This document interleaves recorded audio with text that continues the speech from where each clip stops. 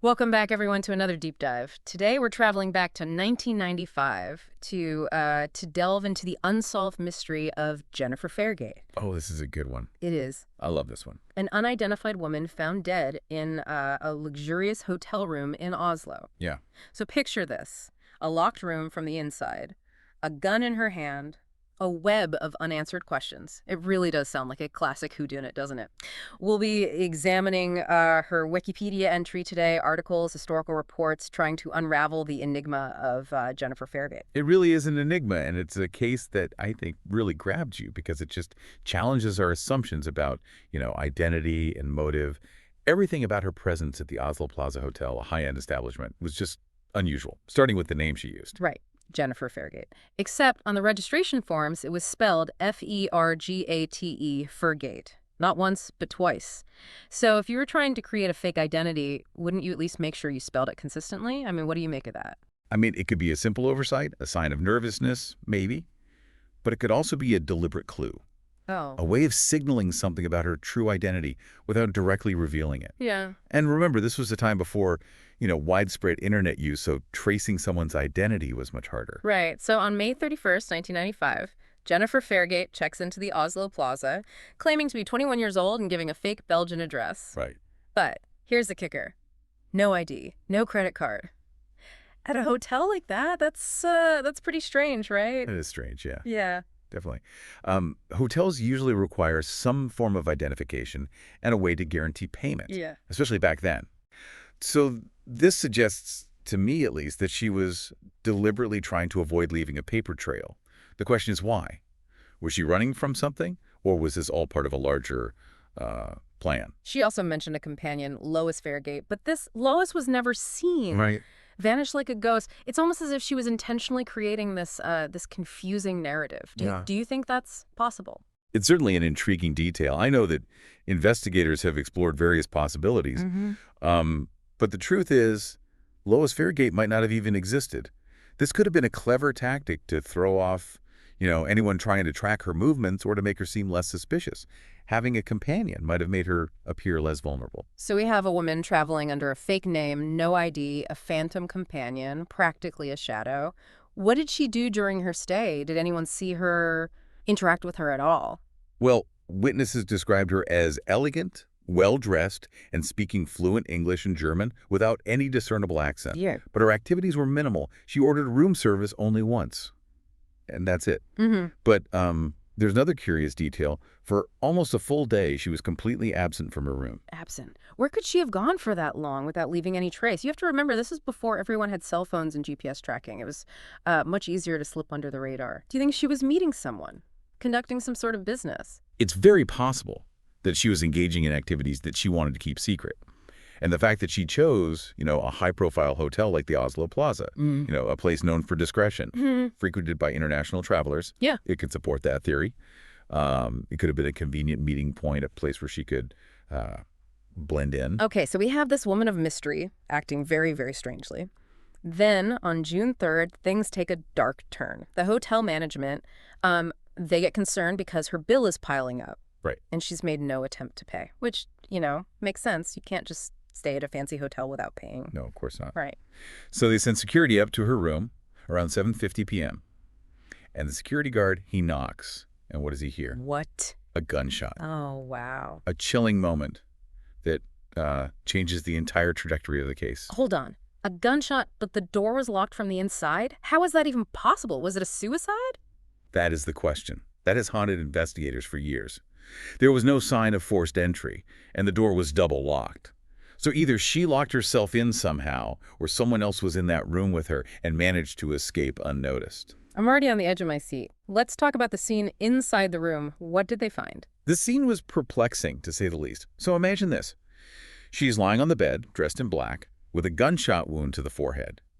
A 9mm Browning pistol was in her hand, but the grip was positioned oddly, not the way someone would typically hold it if they were firing on themselves. It's a small detail, but in forensics, small details can be crucial. So right from the start, there's doubt about whether it could have been a suicide. It's like those classic detective novels where nothing is as it seems. Exactly. And the strangeness doesn't stop there.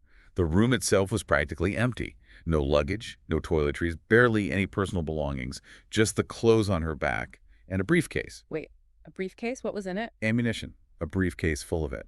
Now, this is where it gets really interesting. This is just getting stranger and stranger. Tell me more about this briefcase. Well, it contained a significant amount of ammunition, which is, unusual for someone staying in a hotel, suggesting she was prepared for something, whether it was self-defense or something more sinister.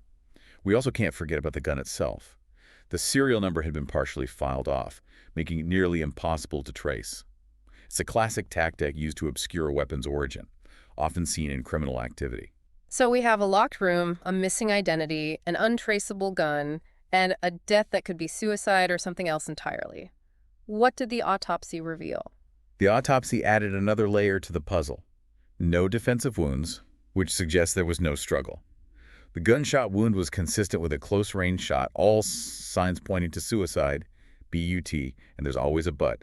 They found no gunshot residue on her hands. Oh. That's a pretty crucial detail if she supposedly fired the weapon herself. Plus, toxicology reports were clean, meaning no drugs or alcohol were found in her system. So if it wasn't suicide, then what was it? What other possibilities did the investigators consider?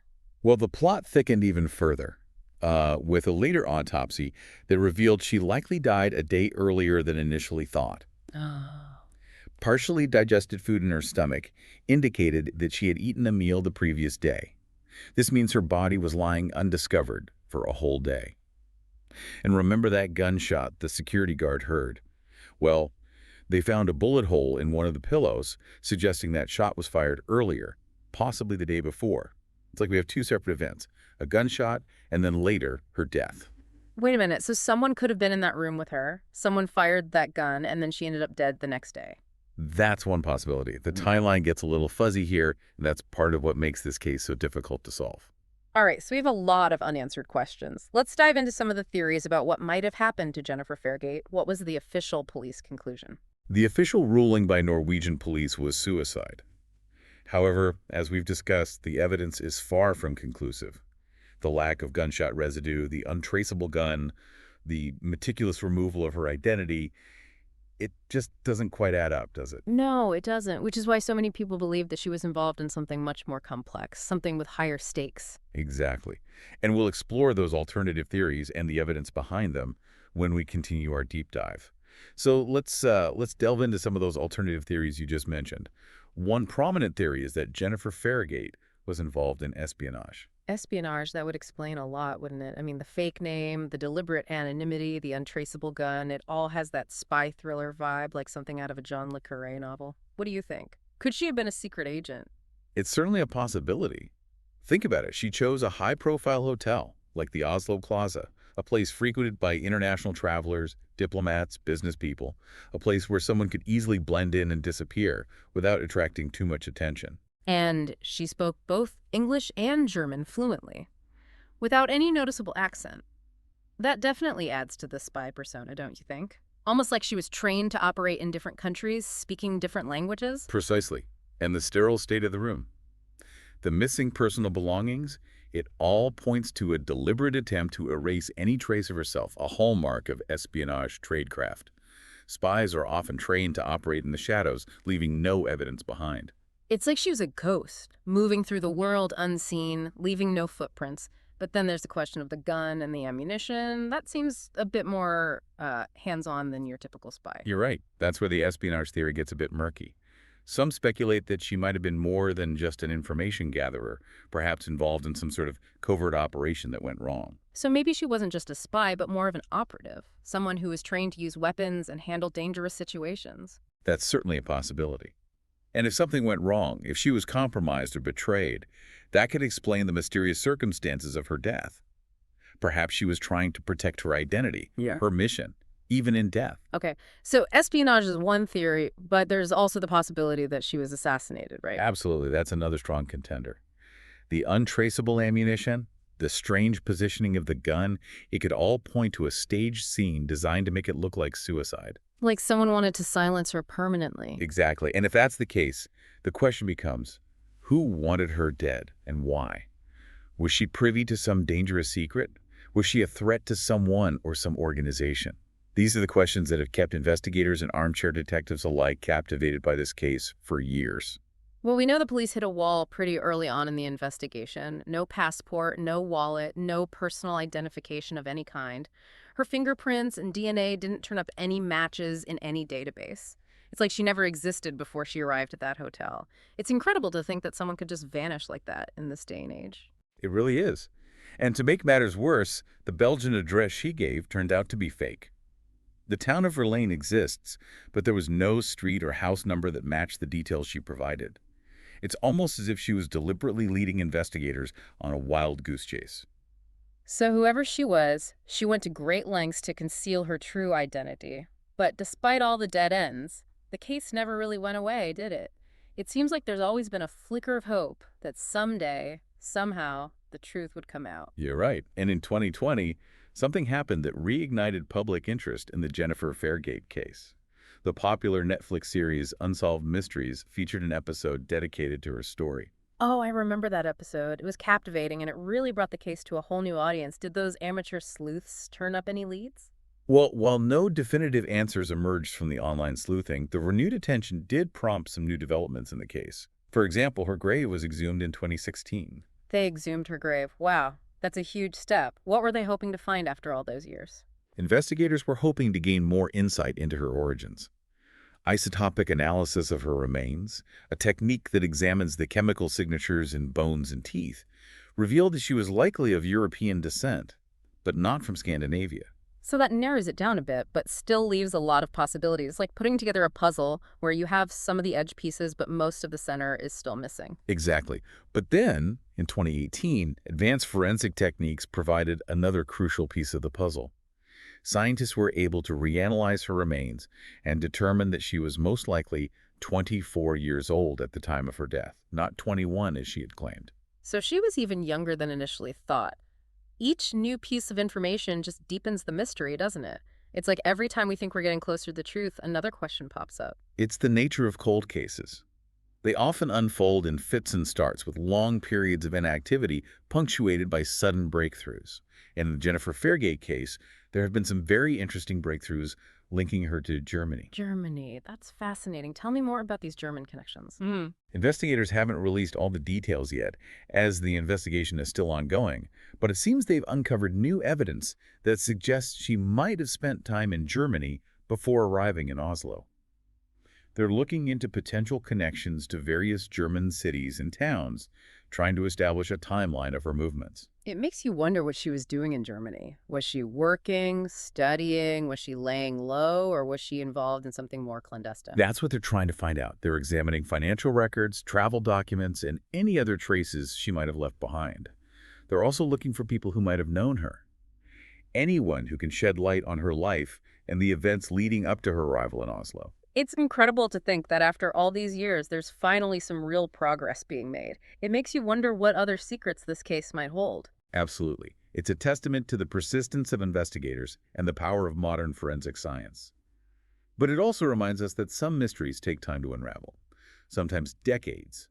Each new piece of information, each new lead, is like a tiny thread that we're carefully weaving together to create a tapestry of her life, hoping that someday the complete picture will emerge. It's amazing to think about how much forensic science has advanced since 1995. DNA analysis, isotopic analysis, facial reconstruction, these are all tools that weren't available to investigators back then. If this case had happened today, maybe we would already know the answers. It's certainly possible. Back in 1995, investigators relied heavily on fingerprints, eyewitness accounts, and paper trails. Today, we have a much wider array of forensic tools at our disposal. But even with all the advancements in technology, some cases remain stubbornly elusive, defying easy answers. And that's what makes the Jennifer Fairgate case so intriguing. It reminds us that even in the age of information, some secrets are well kept, some mysteries endure. It makes you think, what if she had just used a real credit card or had some form of ID on her? This whole case might have been solved much sooner. It's true that those choices, those deliberate attempts to remain anonymous, have complicated the investigation. But then again, maybe that was exactly what she was trying to avoid. Perhaps using a real identity would have put her in danger, exposed her to someone or something she was trying to escape. If she was involved in espionage or something equally dangerous, Revealing her true identity could have had serious consequences. She might have been trying to protect herself, or even someone else. Precisely. And that's what makes this case so captivating. It forces us to consider the possibilities, to think outside the box, to acknowledge that sometimes the truth is more complex and more nuanced than we initially imagine. You know, it's strange to think that someone can just vanish like that, leaving behind so few clues. It's almost like she was a ghost, a figment of someone's imagination. But she was real, wasn't she? She had a life, a history, a story to tell. And somewhere out there, someone must know who she really was. That's what keeps us searching, keeps us asking questions. The belief that every life has value, every story deserves to be told, even if that story is shrouded in mystery, even if the truth remains elusive. Well, this case has certainly sparked my curiosity. I'm eager to hear if they do manage to uncover her true identity and finally bring some closure to this decades-old mystery. Me too. Hmm. And who knows what other revelations might come to light.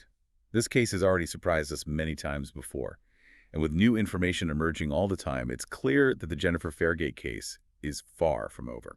So we've gone pretty deep down this rabbit hole of intrigue, right? Yeah. We've explored the facts, the theories, the dead ends. Right. It's almost overwhelming how much we still don't know. I mean, what does this all mean after all of this digging? It's fascinating, isn't it? How we crave answers, we crave resolution, but sometimes the most compelling mysteries are those that resist easy solutions. Right. It forces us to think a little differently. It's like we're trained to want the whodunit revealed. Yeah. But in Jennifer Fairgate's case, even if we learn her real name, it it might not unlock the why of her actions, her death. Precisely. And that why is often what haunts us the most. Mhm. It's about the human element, the motivations, the secrets. We've seen how a case can go cold for years and then suddenly be revived by new technology or just a fresh perspective. But some things just remain lost to time. You mentioned earlier the context of her time period. The world was changing rapidly. Could that be a clue here? Absolutely. Hmm. The fall of the Berlin Wall, the rise of globalization, the internet was just emerging. Right. These weren't just headlines. They reshaped how people lived, worked, even disappeared. So someone like Jennifer Fairgate, with her deliberate anonymity, could she have been a product of that era? Imagine the opportunities and the dangers of that time. Espionage took on new forms. Identities were more fluid. Mm. Could she have been caught in currents that we barely even understand? It's a chilling thought. It forces us to look beyond just the immediate evidence. It's about the world she inhabited. Right. Yeah. What if the key isn't the gun, but the geopolitical chessboard of the early 90s? Right. What secrets died with her, if any? So for our listeners, what's the takeaway from all this? I mean, we've got a lot of unanswered questions, but also a lot to think about, don't you think? I think sometimes the pursuit of knowledge are the reward. Yeah. Jennifer Fairgate's case reminds us that truth can be elusive, but the search itself, the asking of questions, that's valuable. Even if we never definitively know who she was or why she died, the journey has been, enlightening, to say the least. It's about embracing the ambiguity, recognizing that some stories just don't have neat endings. And that's okay. Yeah. It keeps us curious. Well, this deep dive might not have given us all the answers, but it's definitely given us a lot to ponder. If Jennifer Fairgate's story has sparked your curiosity, we really encourage you to explore the sources we use, draw your own conclusions. What if the key lies not in the evidence, but in understanding the world she moved through? Right. A world on the brink of change, full of secrets and shadows. And perhaps that world isn't so different from our own. Think about the layers of your own life, Right? the information you choose to share or conceal. Yeah. What would people assume if they only had fragments of you to piece together? That's a great question. That's the lingering question Jennifer Fairgate leaves us with. It has been another great deep dive. Thank you all so much for listening. We will see you next time.